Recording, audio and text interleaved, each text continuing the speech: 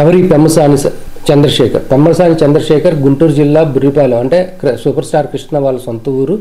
ఆయన 2014లోనే నర్సరావుపేట టికెట్ ఆశించారు. నర్సరావుపేట ఏరియాలో వాళ్ళ నాన్నగారు ఒక రెస్టారెంట్ అదే హోటల్ లాంటిది పెట్టి కొంచెం ఆర్థికంగా సంపాదించి ఈయన్ని యూఎస్ పంపించారు. యూఎస్లో అనేక వ్యాపారాలు చేసి బాగా డబ్బులు సంపాదించారు. 2014లో తెలుగుదేశానికి ఎలాంటి క్యాండిడేట్ దొరకని పక్షంలో చంద్రబాబు నాయుడు ఆయన పిలిచి నీకు టికెట్ ఇస్తానంటే నర్సరావుపేట ఏరియా వర్క్ స్టార్ట్ చేశారు. ఎప్పుడైతే తెలుగుదేశంలోకి రాయపాటి సాంబశివరావు వచ్చాడో రాయపాటి సాంబశివరావుకి ఇవ్వాల్సి వచ్చి ఈయన పక్కన పెట్టారు. అలాగే 2019 టైంలో కూడా నీకు ఇస్తాను అని చెప్పి అన్నారు. కానీ అక్కడ గల్లా జయదేవ్కి ఇవ్వాల్సిన వచ్చిన పక్షంలో ఆయన్ని పక్కన పెట్టారు. నర్సరావుపేట కూడా ఇవ్వలేని పరిస్థితి. అయితే ఇప్పుడు తెలుగుదేశానికి క్యాండిడేట్ అక్కడ లేడు. సో తెలుగుదేశం క్యాండిడేట్ లేని పక్షంలో ఎక్కడో అబ్రాడ్ నుంచి తీసుకొస్తున్న పెమ్మసాని చంద్రశేఖర్కి టికెట్ ఇవ్వాలని చెప్పి ఆల్మోస్ట్ తెలుగుదేశం డిసైడ్ చేసుకుంది, లేదా రేస్లో ఉన్నారు. ఈ సిచ్యువేషన్లో రాధాకృష్ణ బాధ ఏంటంటే ఈ పెమ్మసాని చంద్రశేఖర్ అనే వానికి ఇండియాలో ఎలాంటి వ్యాపారాలు లేవు. సో ఇతను యాడ్స్ ఇవ్వడు. యాడ్స్ ఎవరు ఇస్తారు? లావకృష్ణదేవరాయలు విజ్ఞాన యూనివర్సిటీ నుంచి ఇస్తాడు, లేదా భాష్యం ప్రవీణ్ సొంతగా ఇస్తాడు, లేదా భాష్యం రామకృష్ణ భాష్యం విద్యా సంస్థల నుంచి ఇస్తాడు.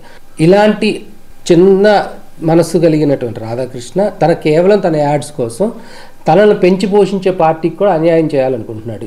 ఇతనికంటే ఆర్థికంగా లేకపోతే ఇతనికంటే వ్యక్తిగతంగా మంచి పేరు ఉన్నటువంటి క్యాండిడేట్ని తీసుకురాలేరు. ఇక్కడ మెయిన్గా ఆలోచించాల్సింది ఏంటంటే కృష్ణదేవరాయలు కనుక అక్కడ ఇస్తే తెలుగుదేశం నుంచి చాలా వ్యతిరేకత రాబోతుంది. ఎందుకోసం అంటే ఒక బీసీకి ఇస్తానంటే బీసీల పార్టీ అని చెప్పినట్టు వైఎస్ఆర్సీపీ కాదు, నేను బీసీలని ఎదగనివ్వను అని డైరెక్ట్గానే చెప్పినటువంటి కృష్ణదేవరాయలను తీసుకొచ్చి ఏ విధంగా కంటెస్ట్ చేయించబోతుంది అనేది ఇక్కడ మెయిన్ క్వశ్చన్ కాబోతుంది.